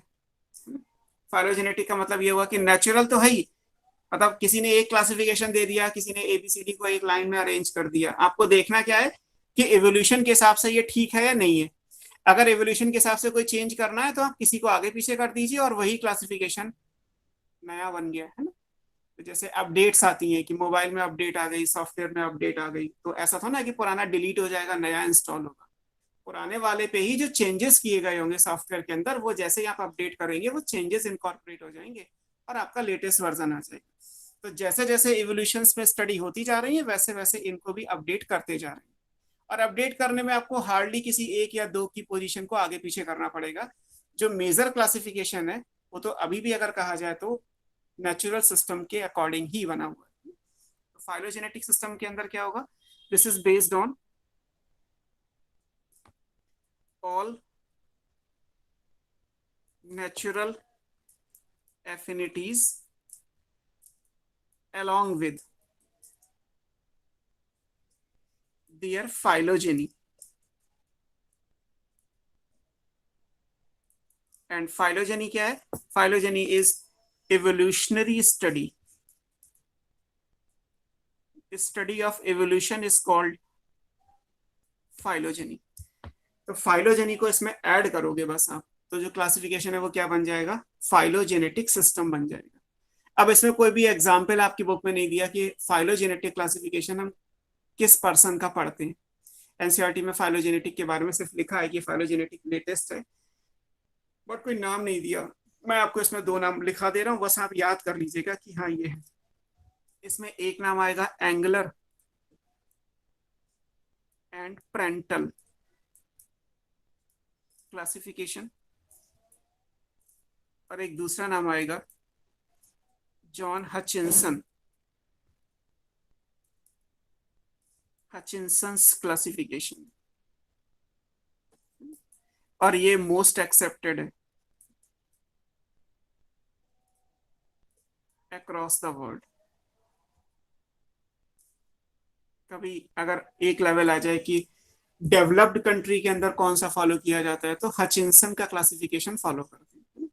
ऐसा नहीं है इसके इसके बाद नहीं है, इसके बाद भी और है, लेकिन फिर भी अगर आप देखेंगे तो क्लासिफिकेशन क्या फॉलो होता है, जॉन हचिंसन का क्लासिफिकेशन फॉलो होता है। उसके कुछ रीजन भी हैं, उनमें से सबसे बड़ा रीजन तो ये है कि हर जगह जैसे रहता ही है कि प्रिमिटिव और एडवांसमेंट का क्या हिसाब किताब है। आपके पास 2 साल पुरानी बुक है तो वो लेटेस्ट नहीं है, आपको बिल्कुल न्यू एडिशन चाहिए, है ना। सबको नया चाहिए, गाड़ी नहीं चाहिए, बुक्स नहीं चाहिए, रजिस्टर आपको नया चाहिए, पेन नया चाहिए। तो हर जगह ये प्रिमिटिव और एडवांसमेंट वाली बात आती है।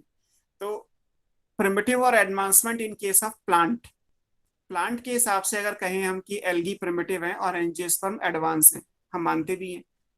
तो कोई थर्ड पर्सन होगा तो उसका ये आर्गुमेंट होगा कि सर ये प्रिमिटिव क्यों है और ये एडवांस क्यों है।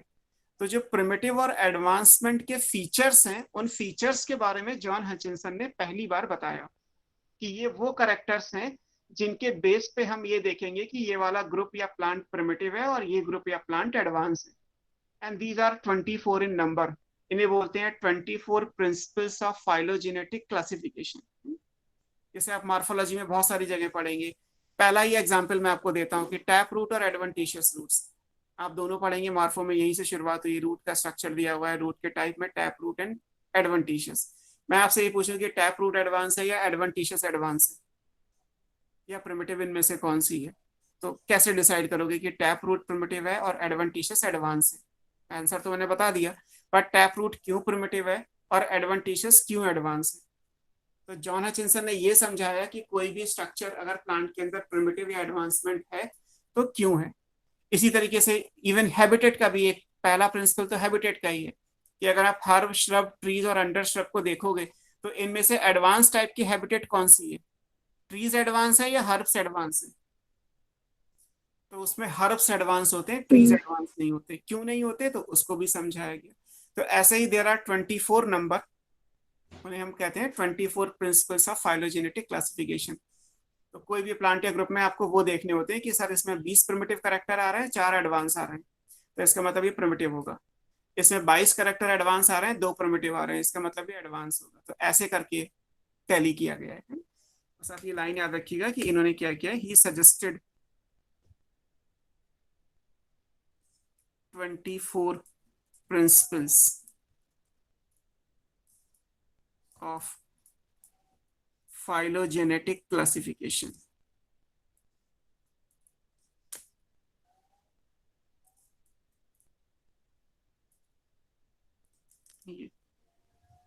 जिनके बेस पे आप प्रिमिटिव और एडवांसमेंट डिसाइड करते हैं, प्रिमिटिव वर्सेस एडवांस।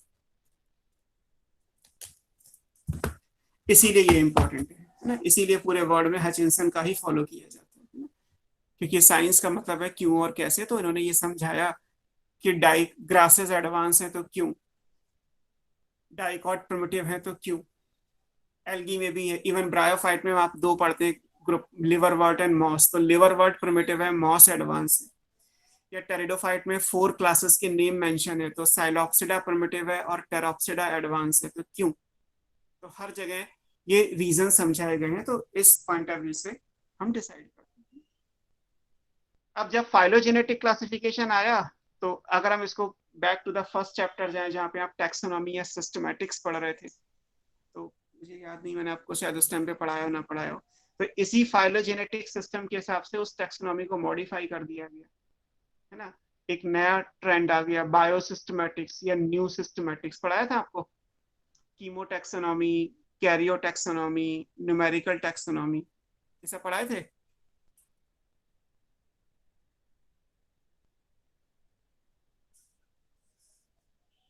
क्या हुआ, कोई स्टूडेंट है ही नहीं, सब म्यूट हो गया? म्यूट तो हो लेकिन प्रेजेंट में नहीं। No sir.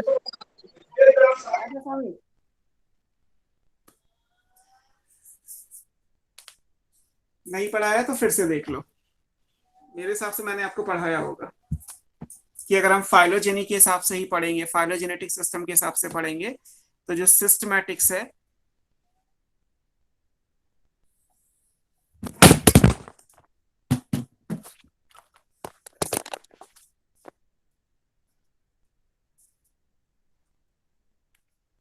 स्क्रीन टर्न हो रही है।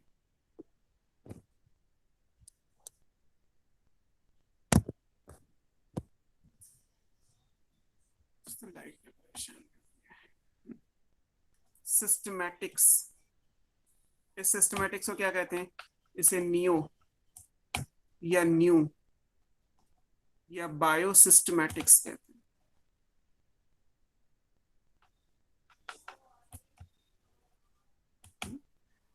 जो पुरानी वाली है फिर वो क्लासिकल सिस्टमैटिक्स बन जाएगी, और ये क्या बन जाएगा? ये न्यू या बायोसिस्टमैटिक्स कहलाएगा।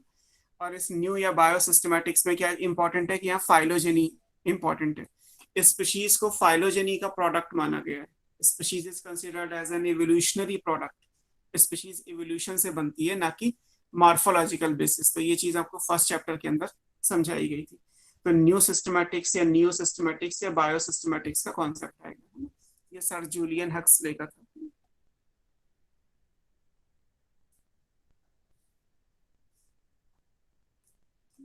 और फिर आपके हिसाब से आपने पढ़ा है कि यहाँ पे अलग अलग ब्रांचेस बना दी गई हैं।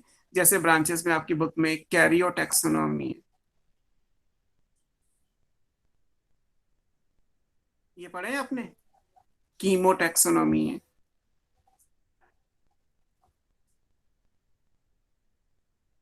कीमोटैक्सोनॉमी को आप बायोकेमिकल टैक्सोनॉमी भी कहते हैं।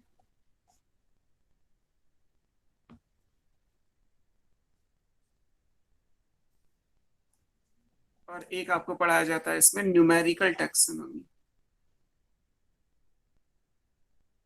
ये 3 एनसीईआरटी में दिए हुए।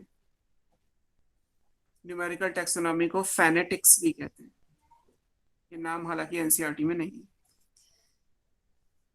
तो ये क्यों है? टैक्सोनॉमी आप सिंपल तरीके से पढ़ ही रहे थे फर्स्ट चैप्टर के अंदर, बट अगर टैक्सोनॉमी केवल सेलुलर स्टडीज के बेस पे हो तो साइटोटैक्सोनॉमी बन जाएगा। ऐसे न्यूक्लियर स्टडीज के बेस पे हो तो कैरियोटैक्सोनॉमी आ जाएगा। ऐसे chemical constituents of the cell के बेस पे हो तो उसके हिसाब से वो कीमोटैक्सोनॉमी आ जाएगा। और ऐसे ही फिर न्यूमेरिकल टैक्सोनॉमी आएगा, जहाँ पे स्टैटिस्टिकल मेथड्स को यूज करके हमने प्लांट को टैक्सोनॉमी यानी क्लासिफिकेशन में लेके आए हैं। तो उस पॉइंट ऑफ व्यू से ये अलग अलग ब्रांचेस बन जाएंगे। एक बार देखिएगा, मैंने आपको ये चीजें पढ़ा रखी होंगी, जहाँ तक मुझे याद आ रहा है मैं इसको फर्स्ट चैप्टर में ही पढ़ा देता हूँ। तो साइटोटैक्सोनॉमी, कैरियोटैक्सोनॉमी, कीमोटैक्सोनॉमी, न्यूमेरिकल टैक्सोनॉमी। नहीं पढ़ाया यार। नहीं पढ़ाया था? ये सर नहीं पढ़ा है। चलो तो फिर बस पढ़ लो। आपको क्या करना है, टैक्सोनॉमी कैरियो यानी कि न्यूक्लियर स्टडीज के बेस पे, है ना। दिस इज बेस्ड ऑन, लिख लीजिए, न्यूक्लियर स्टडीज। आप ऐसे समझ लीजिए, आप मोनेरा प्रोटिस्टा तो पढ़ ही चुके हैं। अब हुआ क्या, अगर आप साइनोबैक्टीरिया यानी ब्लू ग्रीन एल्गी को मोनेरा में रखते हो, ब्लू ग्रीन एल्गी को आपने एल्गी से निकाल के मोनेरा में रखा, तभी तो नाम साइनोबैक्टीरिया दिया था। तो किस बेस पे रखा? अगर उसको केवल न्यूक्लियस के बेस पे तो रखा गया, अगर आप स्टडी करोगे तो डिफर क्या कर रहा है, ब्लू ग्रीन एल्गी का न्यूक्लियस प्रोकैरियोटिक है, जबकि ग्रीन एल्गी का जो न्यूक्लियस आएगा वो यूकैरियोटिक हो जाएगा। यस। ब्लू ग्रीन एल्गी में बाकी सारी प्रॉपर्टी वही तो है जो ग्रीन एल्गी में है। तो जब तक ये चीज नहीं थी, जब तक फाइलोजेनी नहीं थी, जब तक हम प्रोकैरियोट यूकैरियोट को अलग अलग नहीं जानते थे, तब तक तो हमारे लिए वो सिर्फ एल्गी थी। ब्लू ग्रीन एल्गी भी ग्रीन एल्गी के साथ में ही था। लेकिन फिर जब हमने देखा कि नहीं, न्यूक्लियस अलग अलग टाइप का है, और क्योंकि इनमें न्यूक्लियस प्रोकैरियोटिक है, तो उनको वहां से निकाल के बैक्टीरिया के साथ एज ए साइनोबैक्टीरिया नाम चेंज करके रख दिया गया। तो बेसिकली ये टैक्सोनॉमी क्या हुई, ये टैक्सोनॉमी कैरियो टैक्सोनॉमी हुई, क्योंकि हमने न्यूक्लियस के बेस पे ही उनको अलग कर दिया, है ना।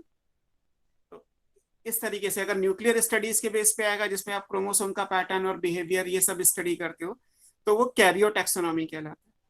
ऐसे ही सेल के केमिकल कॉन्स्टिट्यूएंट्स के बेस पे अलग किया जाए, हालांकि ये एग्जाम्पल हमारी बुक में कहीं नहीं आएगा कि कीमोटैक्सोनॉमी का मैं आपको एग्जाम्पल बता सकूं, बट सेल की केमिस्ट्री क्या है, बायोकेमिकल टैक्सोनॉमी, किसी सेल के अंदर कार्बोहाइड्रेट है, किसी के अंदर स्टार्च है, तो किसी में एमाइलोपैक्टिन है, किसी में ग्लाइकोजन है, तो किसी में सेल्यूलोज है, किसी में टैनिन या एल्कोलाइड होते हैं।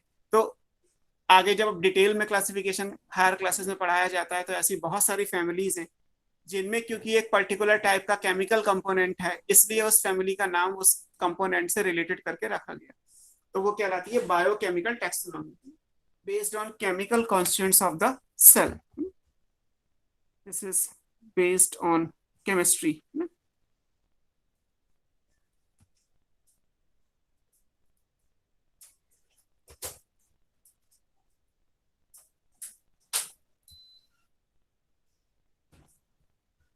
तो उसको हम कीमोटैक्सोनॉमी कहते हैं, है ना। आपको कीमोटैक्सोनॉमी के हिसाब से याद रखना है।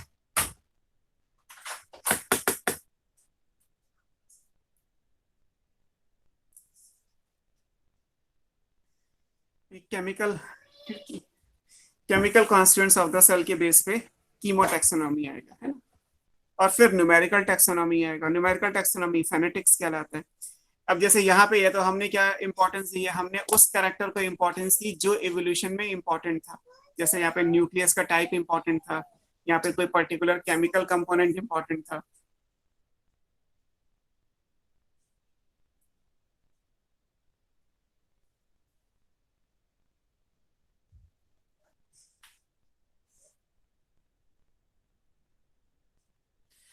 तो ये केमिकल बेसिस पे है, ये न्यूक्लियर के बेस पे हो गया।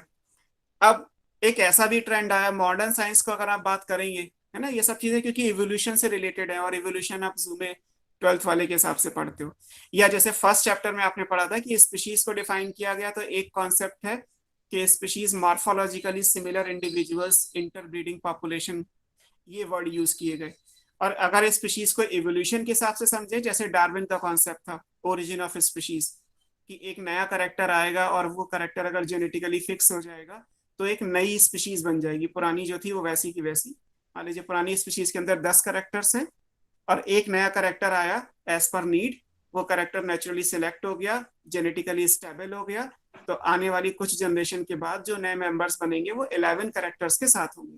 तो 10 करेक्टर वाली स्पीशीज अलग हो गई, 11 वाली नई बन गई। इसी को ओरिजिन ऑफ स्पीशीज करके आपको समझाया जाता है। तो अभी तक क्या हो रहा था कि हमने या तो 10 करेक्टर्स वाले कॉन्सेप्ट को यूज किया, जिसको हम बोलते हैं मॉर्फोलॉजिकल स्पीशीज कॉन्सेप्ट, जो लिविंग वर्ल्ड में एनसीईआरटी में दिया है, या फिर हम 1 करेक्टर के हिसाब से लेके आ रहे हैं क्योंकि हम बाकी करेक्टर को इग्नोर कर रहे हैं। आपने केवल ये देखा कि बीजीए में न्यूक्लियस प्रिमिटिव है, बाकी सब इग्नोर कर दिया, and because of that character आपने प्रोकैरियोट में एज ए साइनोबैक्टीरिया प्लेस कर दिया। जब ये वाला कॉन्सेप्ट आया न्यूमेरिकल टैक्सोनॉमी, तो न्यूमेरिकल्स के हिसाब से हेड एंड टेल दोनों बराबर होते हैं, दोनों की प्रोबेबिलिटी बराबर होती है। तो अगर हम हर करेक्टर को, चाहे वो मॉर्फोलॉजी का हो या वो फाइलोजेनी का हो, हर करेक्टर को अगर इक्वल वेटेज देंगे, अगर हम स्टैट्स लगा के स्टैटिक्स के मेथड्स को यूज करें, न्यूमेरिकल इसीलिए वर्ड आया, मैथमेटिक्स को यूज करेंगे बायोलॉजी के लिए, तो बन जाएगा न्यूमेरिकल टैक्सोनॉमी, है ना। इसको हम फेनेटिक्स भी कहते हैं, है ना। ये क्या है, this is based on statistical methods। तो स्टैट्स के बेस पे है। स्टैटिस्टिकल मेथड्स का मतलब सिंपल होता है, लाइक हेड एंड टेल, तो इक्वल प्रोबेबिलिटी, और हेड एंड टेल या फिर कॉइन खड़ा रह गया तो फिर इसका मतलब 1/3 प्रोबेबिलिटी फॉर ईच केस। तो जो भी चीजें हैं, मान लीजिए 10 और 1 का कॉन्सेप्ट मैंने अभी थोड़ी देर पहले बोला, तो 11 कैरेक्टर्स को आप इक्वल वेटेज देंगे, सबको एक कोड असाइन कर देंगे, एक सॉफ्टवेयर ऑलरेडी बना होता है, उस सॉफ्टवेयर में उस कोड को फीड करेंगे, अपने आप कंप्यूटराइज सॉफ्टवेयर एक अपडेट करके दे देगा कि ये plant as per this method इस जगह पे फिट बैठता है, वहां उसकी क्लासिफिकेशन कर दिया जाता है। तो इसका सबसे बड़ा मेथड यही, सबसे बड़ा एडवांटेज यही आता है कि each character got the equal weightage.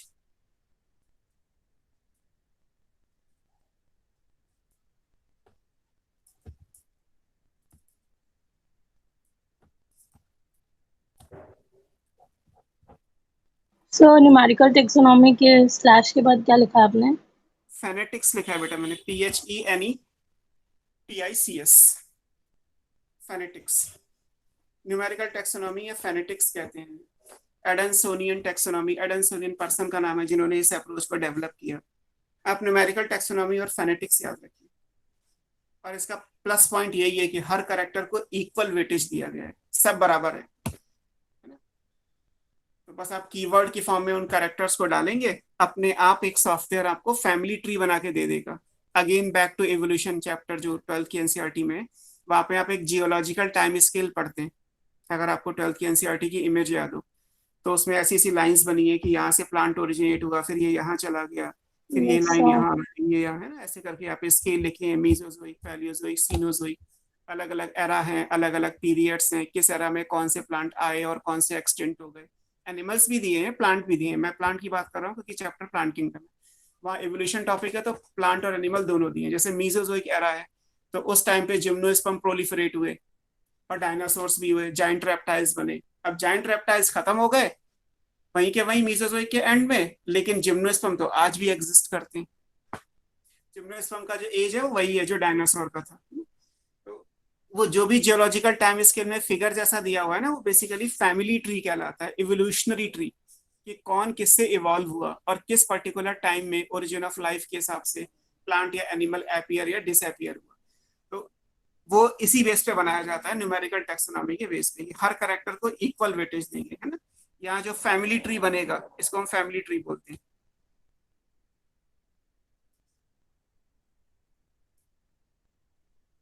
Is called, जो भी फैमिली ट्री जैसे जियोलॉजिकल टाइम स्केल का जो फिगर बना हुआ है, अगर वो न्यूमेरिकल टेक्सोनॉमी के हिसाब से बनाया जाता है तो वो फिगर क्या कहलाएगा, वो फैमिली ट्री कहलाएगा। इसको हम डेंड्रोग्राम कहते हैं, DEN होगा, डेंड्रोग्राम। डेंड्रोग्राम क्या है, this is a family tree obtained by numerical taxonomy. Numerical taxonomy में जो फैमिली ट्री बन के आएगा, जो रिलेशनशिप को शो करेगा अमंग डिफरेंट टैक्सा और मेंबर्स, उसको हम डेंड्रोग्राम कहते हैं। तो आपको ये चीजें याद रखनी है, Cairo taxonomy, chemo taxonomy, numerical taxonomy, ये 3 चीजें जो है वो दी हुई। ऐसे और भी हैं, there are so many branches. जिस जिस करेक्टर को कंसिडर किया गया एवोल्यूशन में, केवल उसी करेक्टर के बेस पे प्लांट, एनिमल, माइक्रो, फंगी सबको कैटेगराइज कर दिया गया, तो वो सब न्यूमेरिकल टैक्सोनॉमी का सेक्शन बन जाएगा। लेकिन हमारे लिए जो एप्लीकेबल है वो प्लांट किंगडम चैप्टर है, तो हम केवल प्लांट्स की बात कर रहे हैं। ये प्लांट किंगडम के जर्नल अकाउंट शुरू में आप जब देखेंगे तो उस पर आपको आर्टिफिशियल, नेचुरल, फाइलोजेनेटिक और ये जो ब्रांचेस हैं इन सबको समझाएगा। इसके बाद प्लांट को हम पढ़ेंगे ग्रुप वाइज। ग्रुप वाइज पढ़ने का मतलब है कि एक ब्रीफ क्लासिफिकेशन अगर आप स्टडी करते हैं तो we have algae, bryo, pterido, gymno, angio, 5 groups हैं जिनके बारे में हमें इस चैप्टर में पढ़ना है। और classification up to class level पढ़ना है। एल्गी में क्लासेस के कैरेक्टर्स भी हैं, ब्रायोफाइट्स में क्लासेस के कैरेक्टर्स भी हैं। टेरिडो ऑनवर्ड्स क्लासेस के केवल नेम और एग्जाम्पल हैं, कैरेक्टर्स सिलेबस में नहीं है। इससे पहले मैं आपको एक जर्नल अकाउंट समझा देता हूँ कि बेसिकली क्लासिफिकेशन कैसे किया गया होगा, क्योंकि वो चीजें भी हमें क्वेश्चन सॉल्व करने में हेल्प करती हैं। क्या क्या चीजें हैं उस पर, जैसे अगर हम एक जर्नल अकाउंट बनाए, एक जर्नल क्लासिफिकेशन कंसिडर करें, तो हमारे पास किंगडम प्लांटी है। प्लांट किंगडम का टेक्निकल नेम क्या है, प्लांटी। अगर किंगडम प्लांटी है तो इसके बाद क्या आना चाहिए, किंगडम के बाद आना चाहिए डिवीजन। आप टैक्सोनॉमिक हायरार्की याद करिए, और मैं डिवीजन के बाद आएगा class, order, family, genus, species. मैंने आपको बताया था कि ये तो ऑब्लिगेट कैटेगरी है, बीच में जो है वो इंटरमीडिएट कैटेगरीज भी हो सकती है। तो किंगडम प्लांटी के बाद एक्चुअली 2 सब किंगडम बनाए गए हैं, ये इंटरमीडिएट कैटेगरी हो गई। सब किंगडम क्या है, एक है crypto, crypto T, CRYPTO, cryptogamy and फेनेरोगैमी।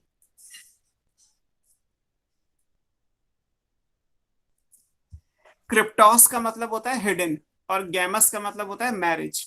Hidden marriage का मतलब है कि जब इन प्लांट्स के अंदर सेक्सुअल रिप्रोडक्शन, मैरिज मीन्स यहाँ पे रिप्रोडक्शन है, कि जब सेक्सुअल रिप्रोडक्शन होगा तो सेक्स ऑर्गन आपको दिखाई नहीं देंगे, दे आर हिडन।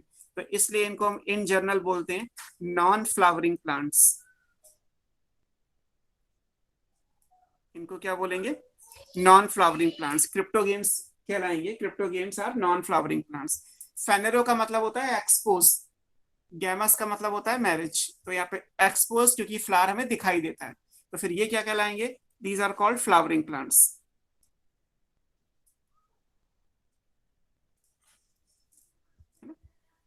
तो ये सब किंगडम ऑब्लिगेट कैटेगरी नहीं है, ये चॉइस बेस है। हम एक जर्नल बना रहे हैं, वैसे तो मैं यहाँ पे नाम भी लिख सकता हूँ कि ये क्लासिफिकेशन किस टैक्सोनॉमिस्ट का है, बट हमें जर्नलाइज्ड ही पढ़ना है। तो आप जर्नलाइज के हिसाब से याद रखिए कि प्लांटी किंगडम के अंदर क्रिप्टोगेमी और फेनेरोगेमी, ये 2 ऑप्शंस आ गए। अब क्रिप्टोगेमी के अंदर आएंगी हमारे पास, ये किंगडम के बाद क्या आना चाहिए, डिवीजन। यहाँ पे 3 डिवीजन हैं।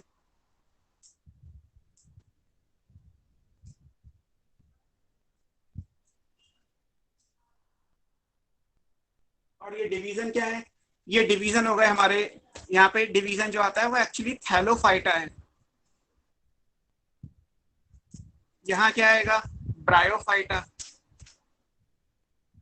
और यहाँ टेरिडोफाइटा।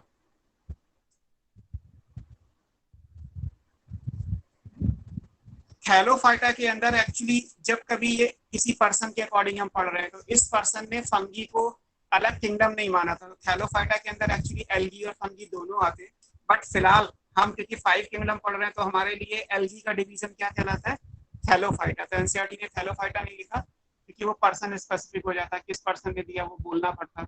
और टेक्निकली थैलोफाइटा का मतलब एल्गी और फंगी दोनों होते हैं, लेकिन आरएस वेटेकर के हिसाब से फंगी अलग किंगडम है और प्लांटी अलग किंगडम है।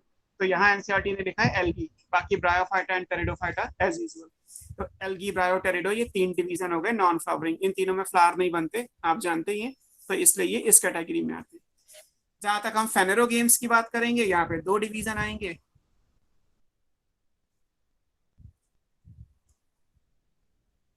ये भी आप जानते हैं, यहाँ पे टेक्निकल टर्म के हिसाब से जिम्नो स्पर्मी और एंजियोस्पर्मी।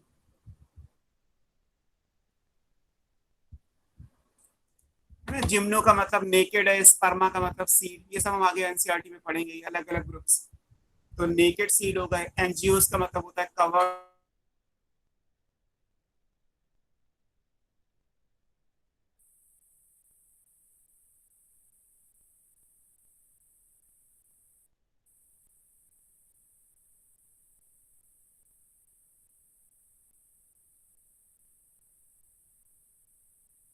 डन।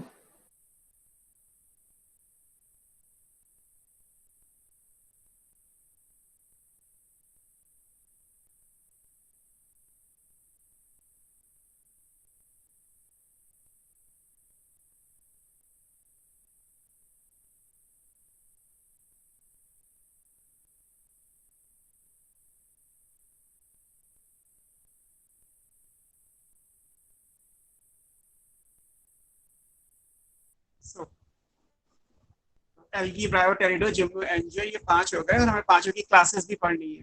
क्लासेस तक ही हमारे सिलेबस में है। एनिमल किंगडम में भी प्रोबेबली आपने क्लासेस तक ही पढ़ा होगा, तो ये चीजें आपको याद रखनी है। तो कभी आपसे पूछा जाए कि इनमें से क्रिप्टो गेम्स कौन से हैं, तो ये 3 क्रिप्टो गेम्स हैं। फेनेरो गेम्स कौन से हैं, तो फेनेरो गेम्स ये कहलाएंगे। ये चीजें आपको याद रखनी है, ठीक है। और बाकी फिर आपको ये अलग अलग ग्रुप्स पढ़ने, है ना। प्लांट किंगडम का कैरेक्टरिस्टिक्स क्या था, 1-2 चीजें और डिस्कस कर लेते हैं, फिर हमें एल्गी वाली क्लास पे जाना है। अगर आप प्लांट किंगडम की बात करेंगे, तो प्लांट किंगडम का एक कैरेक्टरिस्टिक प्रॉपर्टी ये था कि they have alternation of generation.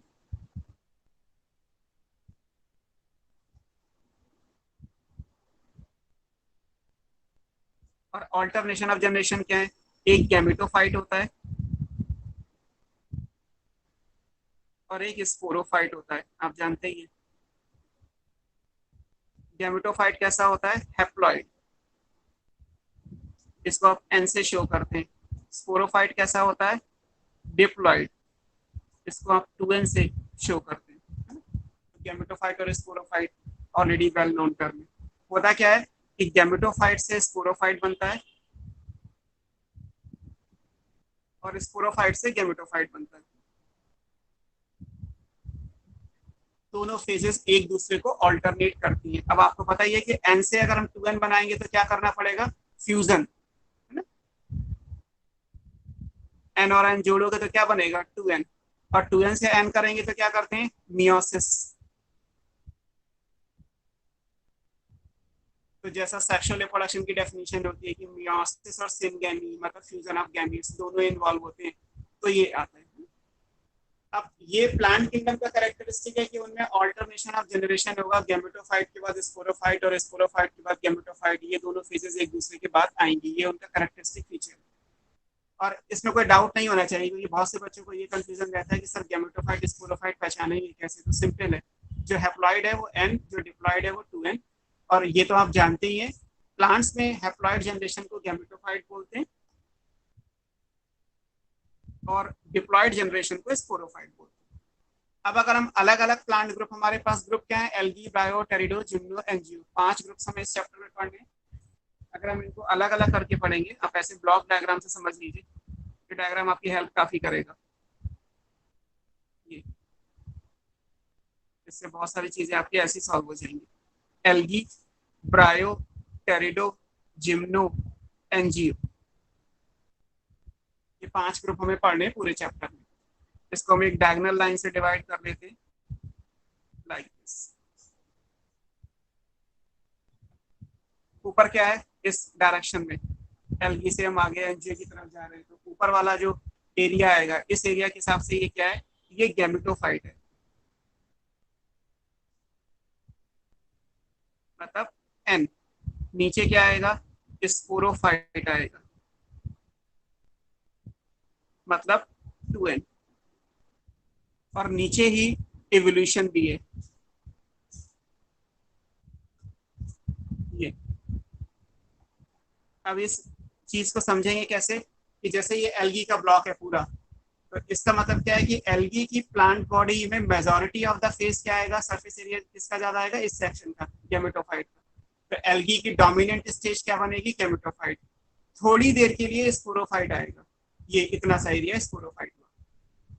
फिर ऐसे ब्रायोफाइट में जाएंगे तो ब्रायोफाइट में क्या हुआ, गैमेटोफाइट एल्गी के कंपैरिजन में थोड़ा छोटा हो गया और स्पोरोफाइट एल्गी के कंपैरिजन में बड़ा हो गया। लेकिन इन दोनों को कंपेयर करोगे तो ज्यादा हिस्सा किस चीज का है, इसका, गैमेटोफाइट का।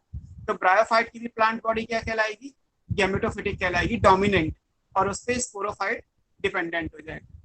इधर से अगर देखोगे तो एंजियोस्पर्म में मेजॉरिटी ऑफ द पोर्शन क्या है, स्पोरोफाइट। तो एंजियो की प्लांट बॉडी कैसी होगी, 2n। थोड़ी देर के लिए क्या बनेगा, n। जिम्नो का देखोगे तो मेजॉरिटी ऑफ द फेस क्या है, 2n। और यहाँ पे देखोगे थोड़ी देर के लिए क्या बनेगा, n। अब बीच में टेरिडोफाइट आ गया। अगर इसको एक ग्राफ पे प्लॉट करोगे तो टेरिडोफाइट में ये दोनों चीजें बिल्कुल बराबर आएंगी।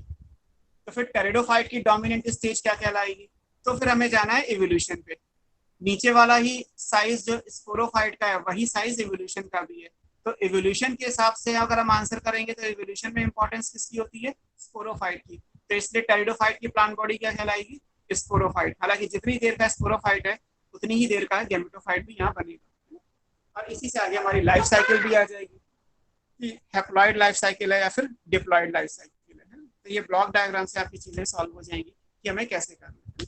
जैसे एक क्वेश्चन कभी आया था एएफएमसी में, पहले एग्जाम हुआ करता था, कि एंजियोस्पर्म एडवांस है एंड एल्गी प्रिमिटिव है, रीजन क्या है। अगर मैं आपसे कहूं कि एल्गी प्रिमिटिव है, एंजियोस्पर्म एडवांस है, तो आप क्या रीजन देते हैं, एल्गी एक्वेटिक है। स्पोरोफाइट इवोल्यूशन होता है ना। हाँ, राइट आंसर तो ये आएगा, लेकिन ऑप्शन में ये दिया होता है कि एल्गी एक्वेटिक है। अगर एल्गी एक्वेटिक होती है तो एंजियोस्पर्म भी तो एक्वेटिक होते हैं। जोस्टेरा, वॉल्फिया, आइकॉर्निया, वेलिस्टेरिया सारे एक्वेटिक एंजियोस्पर्म है। तो पानी में पौधे हैं इसलिए, मतलब एक्वेटिक हैबिटेट है इसलिए एल्गी प्रिमिटिव है, गलत है। एल्गी इसलिए प्रिमिटिव है क्योंकि इनकी मेजॉरिटी ऑफ द फेस कैसी है, गैमेटोफिटिक है। कोई भी चीज एडवांस है तो एडवांस इस बेसिस पे है क्योंकि उसके अंदर स्पोरोफाइट ज्यादा होगा। जितना ज्यादा स्पोरोफाइट होगा वो उतना एडवांस होता चला जाएगा। अब जैसे मान लीजिए मैं यहाँ भी लाइन बना दूं 3, तो ये क्या बन जाएगा, green algae, brown algae, red algae. ऐसे ब्रायोफाइट की 2 लाइन बना दो तो लिवरवर्ट और मॉस।